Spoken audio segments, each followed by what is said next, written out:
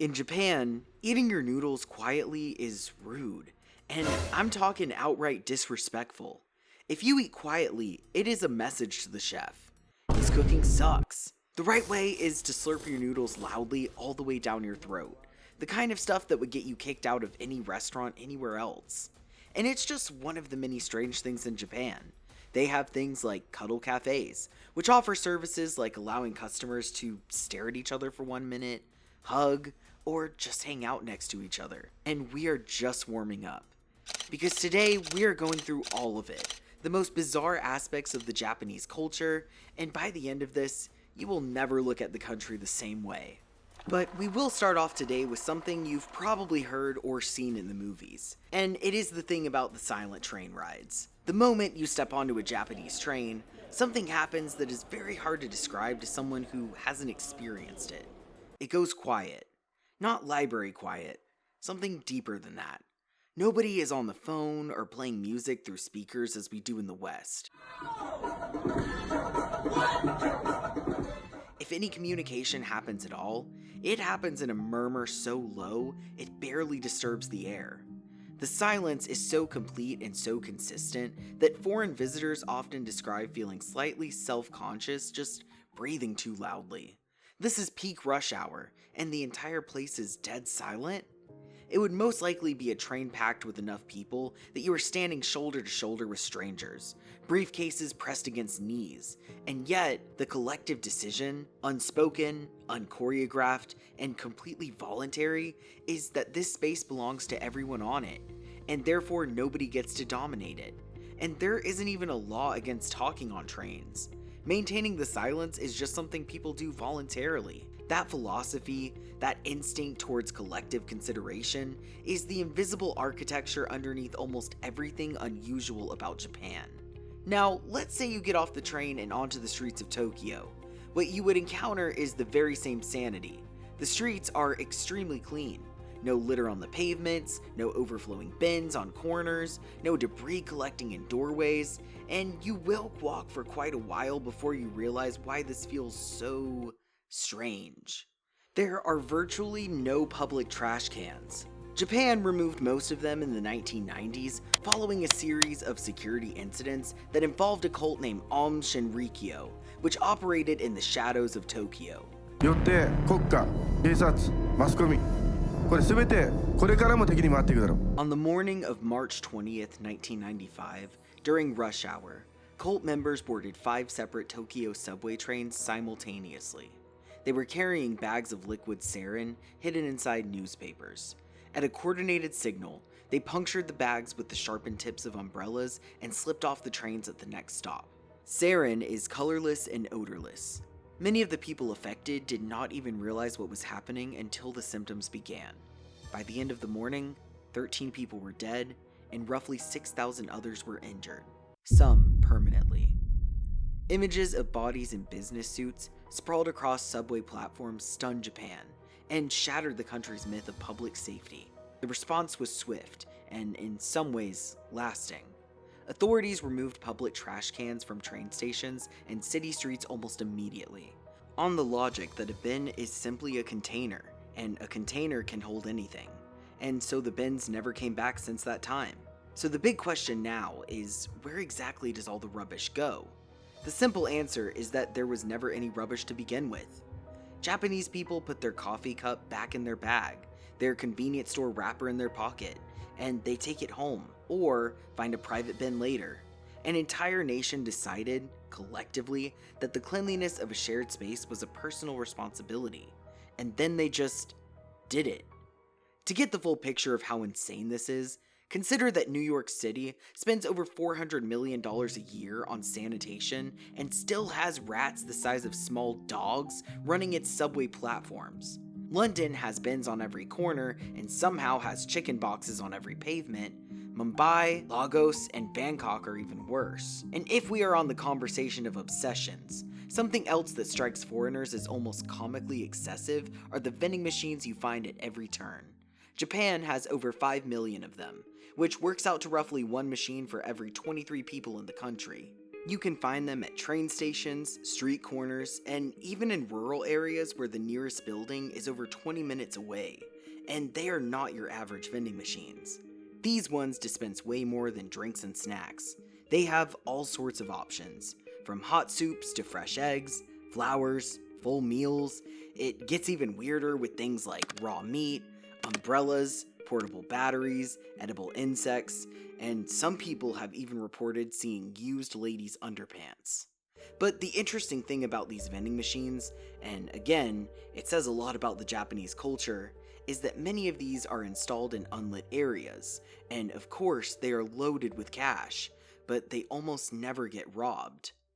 And now we are back on the train. In 2017, a train left 20 seconds early, and the company, J.R. West, came out to issue a public apology. They went on national television and said that they received no complaints whatsoever from the passengers over the discrepancy, but they are still sorry for the severe inconvenience. Imagine that, 20 seconds, early, not late, early.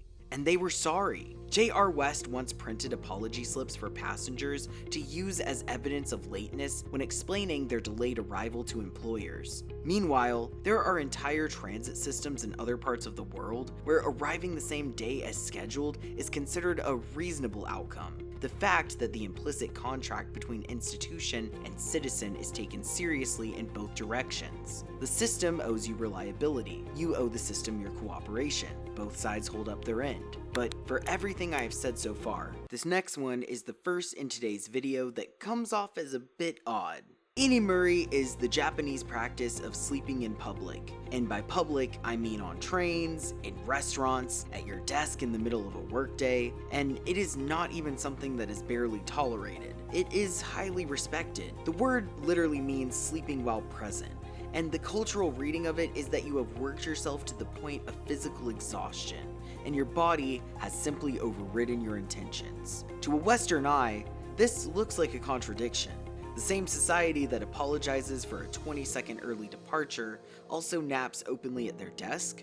But it is not a contradiction when you understand the underlying value. Japan is orderly because it values effort and commitment to the collective. Inimuri is evidence of that effort, worn openly on the face of a sleeping salaryman on the 6 p.m. train. That dedication that produces exhaustion is the same dedication that keeps the trains on time. It comes from the same place. Something else you would find very interesting is the mandatory shutter sounds that come from cameras. Every mobile phone sold in Japan is required by law to make an audible shutter sound when taking a photo, and it cannot be silenced. You can turn your phone to silent mode, switch off every notification, mute every app, and that shutter will still click loud enough for everyone around you to hear. The reason for this one is one of the darker aspects of Japanese culture that does not make it into the tourism brochures. Japan has a documented, widespread problem with what the Japanese call chikan, a word that describes men who grope or covertly photograph women in public places,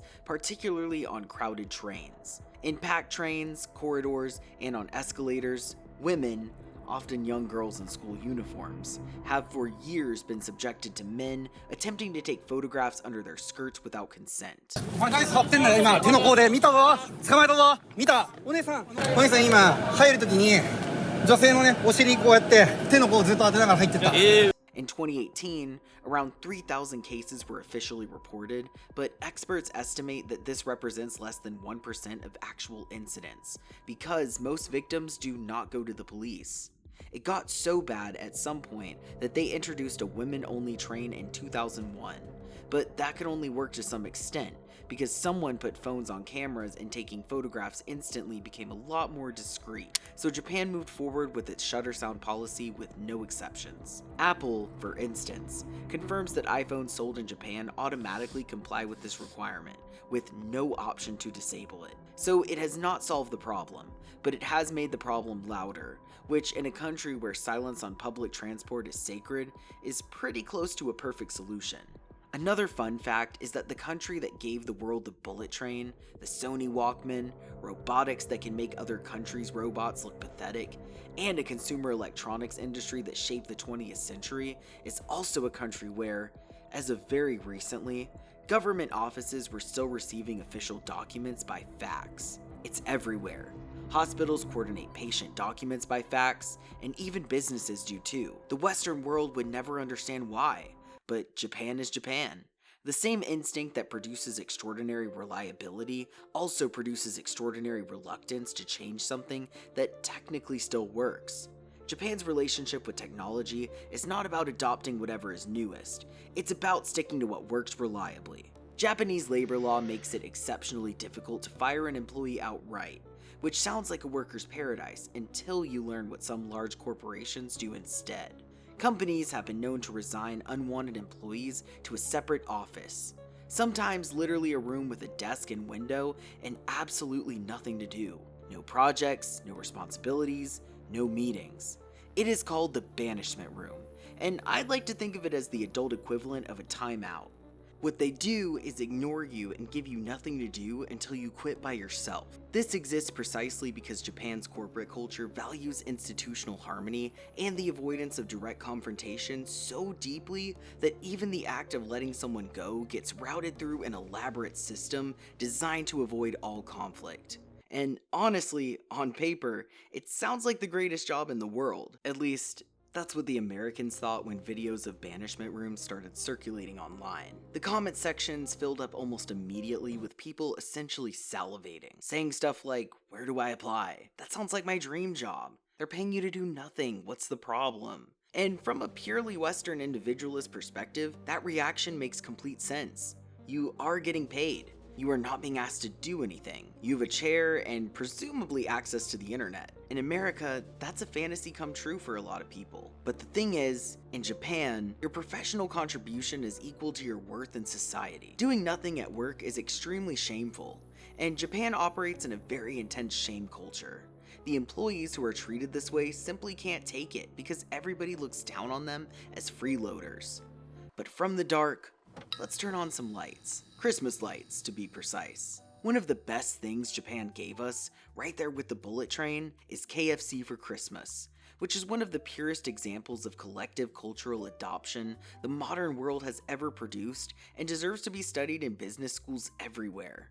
In 1974, KFC Japan launched a marketing campaign with the slogan Kirisumasu Niwa Kentucky, which is simply translated to Kentucky for Christmas. The idea was simpler than most people think. Japan didn't have an official food for Christmas, unlike Westerners, and turkey wasn't widely available, so fried chicken was delicious and festive enough to fill the gap. The campaign worked. As a matter of fact, it worked so well that roughly 4 million Japanese families now eat KFC on Christmas Eve as a genuine cultural tradition, booking their party buckets weeks in advance to avoid selling out. A fast food chain, through a simple marketing campaign 50 years ago, embedded itself into the national holiday calendar of an entire country. There is no Western equivalent. McDonald's has never managed this. So, if you're ever in Japan for the Christmas holiday, find the nearest KFC, take a number, and sit with the quietly beautiful absurdity of eating fried chicken in a country that is less than 2% Christian, celebrating a holiday it did not originate from a brand it adopted by choice because a marketing team in 1974 had a very good week. No shade intended. And while we are on the subject of Japan's engineering, unusual solutions to ordinary problems, the square watermelon. Two questions you might have are why and how? Farmers in Japan began growing watermelons inside square glass boxes while the fruit was still developing in the vine, producing geometrically perfect cubes. A strong reason was that it originally started out to save storage space in the refrigerator, but I believe it was a quirky curiosity that fueled that innovation. Square watermelons are now luxury decorative items that sell for upward of $160, and the shapes have expanded to include hearts, pyramids, and faces. At this point, somewhere in Japan, there is a farmer looking at a pineapple and thinking, what if it were a cube? And honestly, good for him. One more thing to wrap up the conversation on Japan's engineering, unusual solutions. Tokyo land prices are among the highest in the world, so space is the most precious resource in the city, and the solution Japan arrived at was a hotel room stripped to its absolute minimum. And I mean that literally. They call it the capsule hotel, and it's a sleeping pod just wide enough for a human body, stacked in rows like a very comfortable filing cabinet, with shared bathrooms and Of course, they managed to squeeze in a vending machine as well. The pod has a mattress, a pillow, a small mounted television, Wi-Fi, a reading light, and just enough ceiling height to sit upright if you are not too tall. It has the spatial equivalent of a perfectly packed suitcase. Nothing wasted, nothing missing, everything is exactly where it needs to be. They cost between $15 and $30 a night and were originally designed for salarymen who had missed the last train home and needed somewhere to sleep that was cheaper than a taxi ride back to the suburbs. They now attract budget travelers from around the world who discover, to their surprise, that sleeping in what is essentially a human drawer is considerably more comfortable than it sounds. Here's another item on this list that is not exactly the most glorious. There is no other country in the world that sells more adult diapers than baby diapers. Truth is that Japan has one of the oldest populations on Earth, but also one of the lowest birth rates in the developed world, which is a bit worrisome. So Japan is simultaneously running out of people to make babies and running out of babies to grow into people. The adult diaper market, meanwhile, has never been more explosive. And when a country runs out of babies and fills up with elderly people living alone, loneliness becomes a national emergency.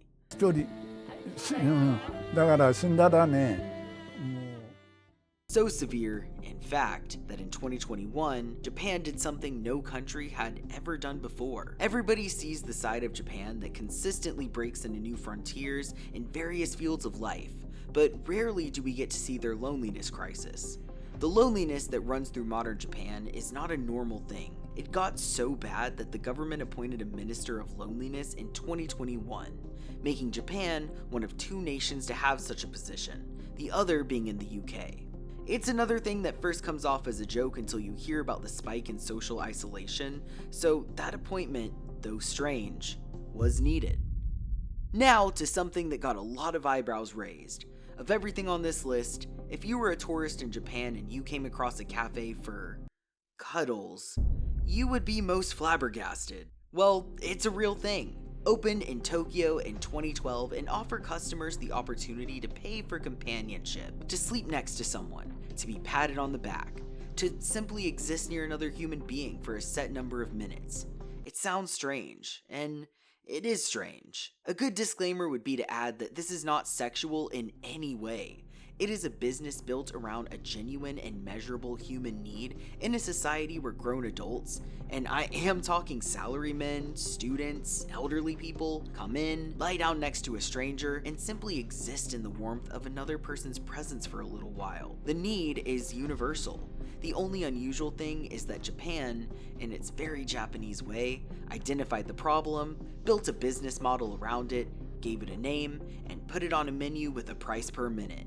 Somewhere in the world right now, somebody is lonely and has nobody to call. In Japan, at least they have somewhere to go. We are not here today to answer the question of whether that is the solution to the need for affection, but the loneliness epidemic is growing. Japan just got there first. And once we hit Japanese levels of loneliness, we might just have to adopt Japanese solutions. The baby crying competition. Now, enough of the depression. We're gonna wrap this up with some festivities, but not the kind you're used to. Once a year, in shrines across Japan, two sumo wrestlers stand opposite each other, each holding a baby. The babies are anywhere from 6 months to 2 years old. A referee watches, a priest officiates, and the goal, the entire point of the ceremony, is to make the baby cry. And before you call child services, hear me out. In the Naki Sumo Festival, a tradition rooted in centuries of Shinto belief, a baby's cry is understood to reach the gods and drive away evil spirits. The louder the cry, the stronger the blessing. So sumo wrestlers, who spend their careers becoming among the most physically imposing human beings on the planet, stand in a sacred space and make their most exaggerated, scary faces at infants, while a crowd watches and cheers, and the priests call the result. And as strange as some of the items have been in today's video, you can see the background intention behind every decision. And it is that society that thinks very carefully about how people share space and then builds systems that reflect that thinking. Individual habits, cultural instincts, and yes, entire cities. And that same seriousness applied to an entire country? That is how Japan stayed safe while America got dangerous. If today made you raise an eyebrow, That one will raise both.